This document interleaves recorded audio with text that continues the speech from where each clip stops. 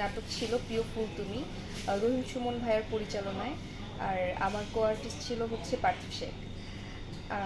ওইটা ছিল একটা রোমান্টিক গল্প, স্যাড রোমান্টিক বলা যায়।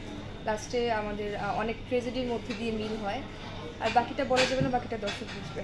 শুরুটা নাচ থেকে, আমি আগে নাচ করতাম, চ্যানেলে বিজ্ঞাপন করতাম, নাচ করতাম। তো নাচ থেকে মূলত আমি যখন নাচের প্রোগ্রাম করি তখন প্রোগ্রাম থেকে আমাকে একটা অডিশনের জন্য ডাকে। তখন একটা বিজ্ঞাপনের অডিশন ছিল ওটা। তো আমি সবগুলো বিজ্ঞাপনে মূলত অডিশন দিয়ে এসেছি। ওইটা থেকে শুরু মূলত। শুরুর দিকে অভিজ্ঞতা আসলে তখন বুঝতাম না, শিশু শিল্পী হিসেবে কাজ করেছি তো তখন আসলে ওইভাবে বুঝতে পারতাম না ক্যামেরা কী বা কী। তখন যেটা আমার আম্মু শিখাই দিত আমি সেটাই করতাম।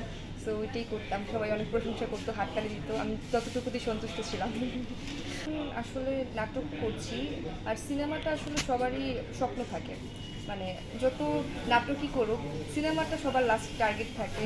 আমারও ইচ্ছে আছে সিনেমা করব, বাট দেখা যাক কবে দেখতে পারি। শাবনূর ম্যামের একটা কথা বলো।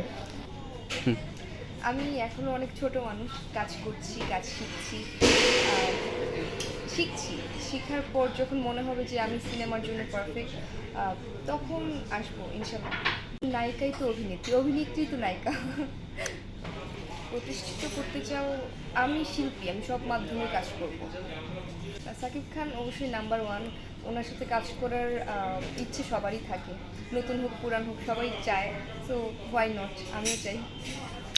এটা রিউমারটা আসলে যার যার উপর ডিপেন্ড করে। আমার মনে হয় রিউমার ছড়ানোর মতো কোনো কিছু আমি করবো না।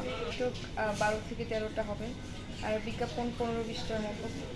আচ্ছা, কার সাথে বা কাদের সাথে কাজ করতে চাই, এটা আসলে এটা এখন আমি মনে করি না, কারণ আমি এখনও শিখছি, এখনও জানছি। সো আমি নিজেকে তৈরি করার পর, প্রপারলি তৈরি করার পর যখন বুঝবো যে হ্যাঁ আমি পারফেক্ট, তখন হচ্ছে আমি চিন্তা করবো যে সবার সাথে আমি কাজ করতে পারবো। এখন কার সাথে অভিনয় করছি বা কাদের সাথে করছি এটা নিয়ে আসলে চিন্তা করছি না। আমার সবাইকেই ভালো লাগে, ভালো লাগার জায়গা সবাই, মানে সবাই আমার সিনিয়র, সবাইকেই ভালো লাগে। স্পেসিফিকভাবে আসলে কাউকে বলতে চাই না।